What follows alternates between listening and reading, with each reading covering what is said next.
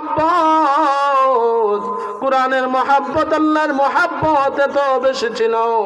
আল্লাহর হাবিব বলেন, ও তালহার বাবা বারাম, সে যদি মারা যায় আমাকে খবর দিবা, আমি রাসূল তোমাদের বাড়িতে নিজে উপস্থিত হব।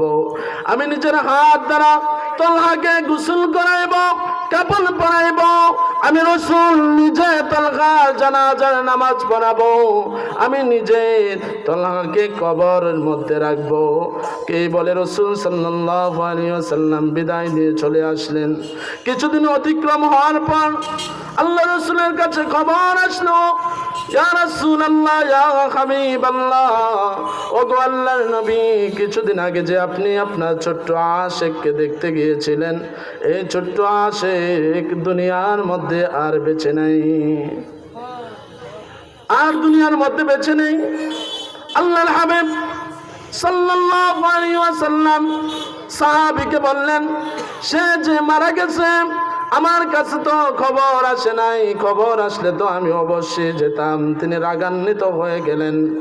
সাথে সাথে তালহার বাবাকে ডাকাইলেন, ডাকে বলতেছেন, ও তালহার বাবা,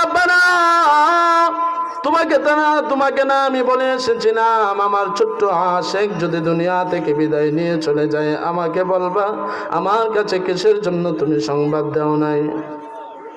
বিশ্বনবী সাল্লাল্লাহু আলাইহি ওয়াসাল্লামের জলিল কদর সাহাবী হযরত বারা ডেকে ডেকে বলে, ইয়া রাসূলুল্লাহ, আমার সন্তানটা ছোট্ট হলে কি হবে? তার ভিতরে যে আপনার প্রেম ভালোবাসা, এর মধ্যে কোনো সন্দেহ নাই, এর মধ্যে কোনো ভেজাল নাই। আমি তো আপনাকে বলতে চেয়েছিলাম, কিন্তু আমার সন্তান যখন দুনিয়া থেকে বিদায় নিয়ে চলে গেলেন, এর পূর্ব মুহূর্তে আমার বাবা আমাকে, আমার সন্তান আমাকে নসিহত করে বলছিলেন, ওসিয়ত করছিলেন, ও আব্বা জান, আমি যদি দিনের বেলা মারা যায় আল্লাহর রাসূলকে খবর দিবা, আর যদি রাত্রিতে মারা যায় আমার রাসূলকে তুমি খবর দিবা না। কেননা রাত্রিবেলা আমার মৃত্যুর খবর শুনে আল্লাহর রাসূল ঘরে বসে থাকতে পারেন না, আমাকে দেখার জন্য তিনি চলে আসবেন।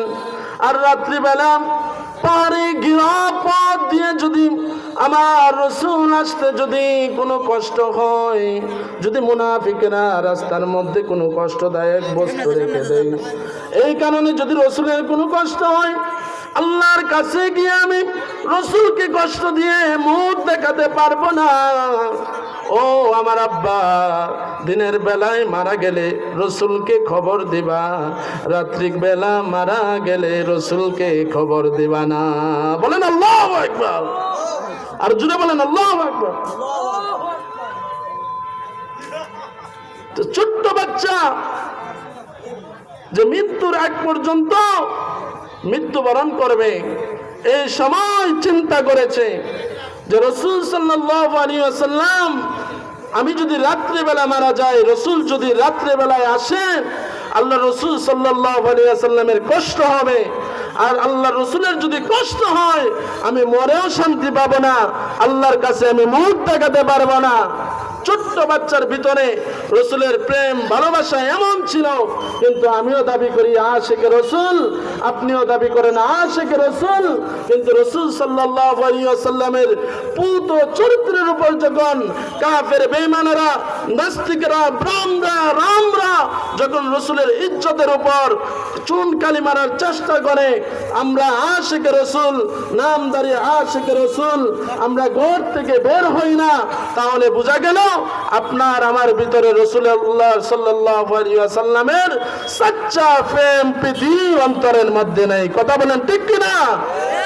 যদি থাকতো কোন অবস্থাতে কোন মুসলমান রাসূল সাল্লাল্লাহু আলাইহি ওয়াসাল্লামের ইজ্জতের বেমানান যে মধ্যে হয়, যার মধ্যে হয়, যার কথা ধরন কার্যকলাপ আচরণ কথাবার্তা উঠা বসায় রাসূলুল্লাহ সাল্লাল্লাহু আলাইহি ওয়াসাল্লামের ব্যাপারে কটূক্তি হয়, সেই মুসলমান থাকা সত্ত্বে, দুনিয়ার মধ্যে একজন মুসলমান থাকা সত্ত্বে রাসূলুল্লাহ সাল্লাল্লাহু আলাইহি ওয়াসাল্লামের কোন দুশমন দুনিয়ার মধ্যে বেঁচে থাকার কোনো অধিকার নেই। কথা বলেন ঠিক কিনা?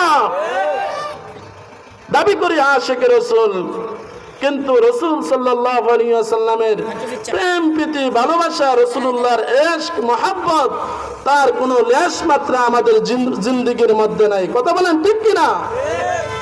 রাসূলকে ভালোবাসতে হবে নিজের জীবনের চাইতে বেশি। যদি ভালোবাসতে পারি তাহলে আল্লাহ তাআলা ঘোষণা করে দিয়েছেন ওয়ায়াগফির লাকুম যুনুবাকুম, আমি আল্লাহ সুবহানাহু ওয়া তাআলা তোমাদের জিন্দেগীর সমস্ত গুনাহ খাতাগুলোকে maaf করে দেব। বলেন সুবহানাল্লাহ। আমার বাবা সামনে ফেলা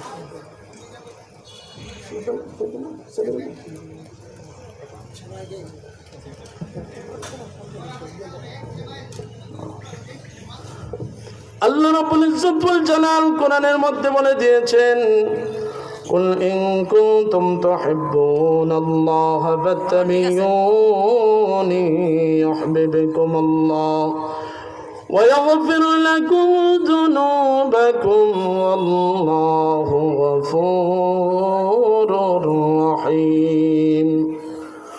ও দুনিয়ার মানুষেরা, যারা আমি আল্লাহকে ভালোবাসতে চাই, আমি আল্লাহ তাআলার তৈরি জান্নাতের মধ্যে প্রবেশ করতে চাই, জাহান্নাম থেকে চিরমুক্তি পেতে চাই, ফাত্তাবিউনি ইউহিব্বুকুমুল্লাহ, তারা যেন মহান আল্লাহ তাআলার হাবিব প্যারা নবী মুহাম্মদ আরবি সাল্লাল্লাহু আলাইহি ওয়াসাল্লামের ইত্তেবা করে, অনুকরণ যেন তারা করে।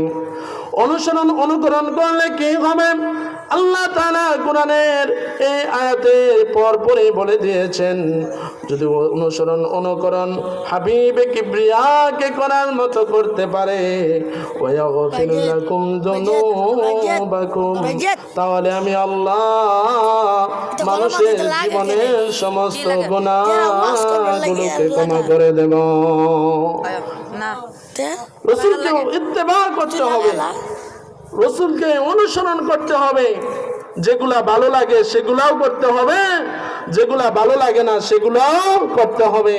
আল্লাহ সুবহানাহু ওয়া তাআলা আমাদের সবাইকে রাসূল সাল্লাল্লাহু আলাইহি ওয়াসাল্লামের ইত্তেবা, রাসূল সাল্লাল্লাহু আলাইহি ওয়াসাল্লামের জীবন আদর্শ অন্তরে জীবনে বাহ্যিক দৃষ্টিকোণ যত বিষয় আছে, যত ধাপ আছে, সকল ধাপে প্রতিটি জীবনের প্রতিটি ক্ষেত্রে রাসূলুল্লাহর ইত্তেবা, হুব্বে রাসূল সাল্লাল্লাহু আলাইহি ওয়াসাল্লামের আশিক বানায়ে আল্লাহ সুবহানাহু ওয়া তাআলা আমাদের সব ভাইকে দুনিয়া থেকে বিদায় দেওয়ার তৌফিক দান করুন। সবাই বলেন আমিন। ওয়া মা আলাইনা ইল্লাল বালাগ। আসসালামু আলাইকুম।